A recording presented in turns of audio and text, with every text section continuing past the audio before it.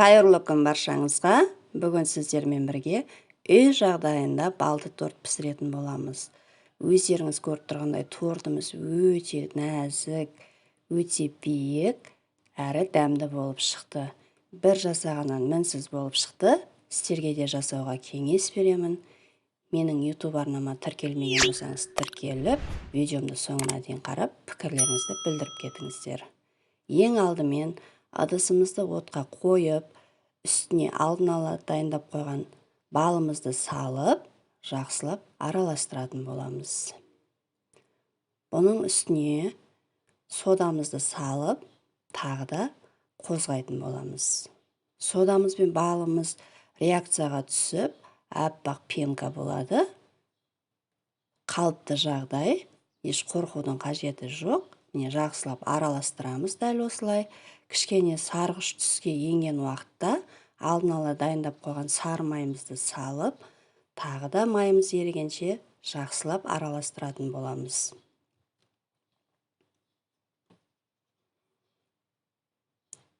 Міне осындай түсі кішкене қызғыштау болып шығады, отымызды өшіріп қоямыз.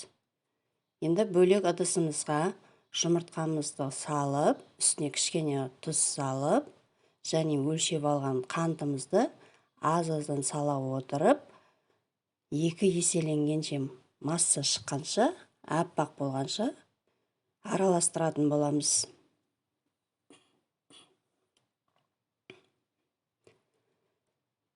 Міне дәл осындай масса шықты.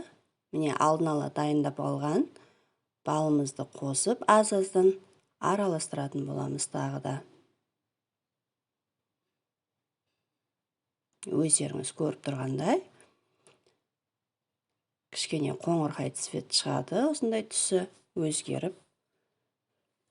Дәл осындай болып шығады. Енді мен басқа үлкен ыдысқа ауыстырып аламын. Ұнымызды електен өткізіп дайындап қоям, алдын ала өлшеп, аз-аздан сала отырып, бір келкі болғанша тағы да араластыратын боламыз.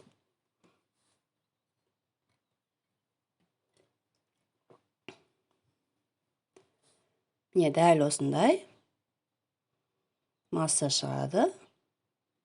Барлық ұнымызды өстіп 2-3-ке бөліп, салып, қозғаймыз.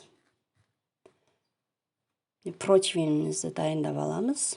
Пешімізді қосып қоямыз. Менде 180 градусқа қосып қойдым. Противенім диаметрі 23 см. Майымызды жағып, үстіне 3 ас қасықтан салып, бір келкі етіп, барлық шетіне дейін жайып аламыз. Содан қызып тұрған пешімізге 5-7 минут аралығында корждарымызды пісіріп аламыз. Менде дәл осында 5 корж шықты, және кішкене бір корж шықты. Корждарымыз сынбайды. Міне өздеріңіз көріп тұрғандай өте нәзік, керемет болып шықты. Енді арасына жағатын кремімізді дайындаймыз.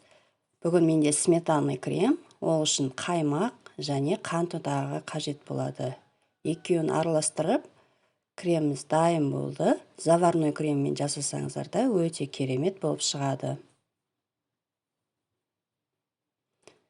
Енді корждарымызды әбден суытып алған соң, арасына кремімізді жаға отырып, корждарымызды жинайтын боламыз. Формаға салып жинасаңыздар да болады, бір тегіс әдемі болып шығады. Ол міндетті емес, дәл осылай жинай берсеңіздер де болады. Міне үстінен қойып, тағы да кремімізді салып, бірге барлық шетіне жететініне етіп жағып, барлығын жинап алдым.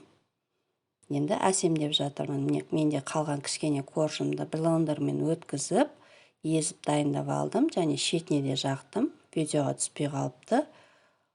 Және әрлеу үшін үстіне де жағып, ортасына форма қойып қойдым. Өйткені құлпынаймен әрлеп шығатын болдым.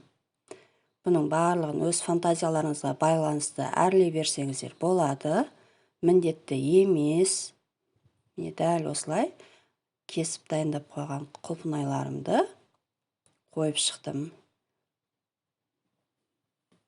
Міне осымен тортымыз дайын болды. Қалғанын міне ортасына да қоя салдым. Оның барлығы міндетті емес. Қоймасаңыздар да болады. Формамды алып, шетіне дейін жеткізіп аламыз. Міне, өздеріңіз көріп тұрғандай тортымыз дайын болды. Өте керемет, нәзік болып шықты. Өте биік болып шықты, дәмді болып шықты. Сіздерге де жасауға кеңес беремін. Міне, кесілуінің өзі өте жұмсақ болып тұр. Мен 2 сағатқа холодильникке салып қойдым. Кремі де өте жақсы сіңу үшін. Сіздер де солай жасасаңыздар болады. Өте биік болып, кремі жақсы сіңіп шықты. Сіздерге де ас болсын. Менімен болғандарыңызға көп рахмет. Сау болыңыздар.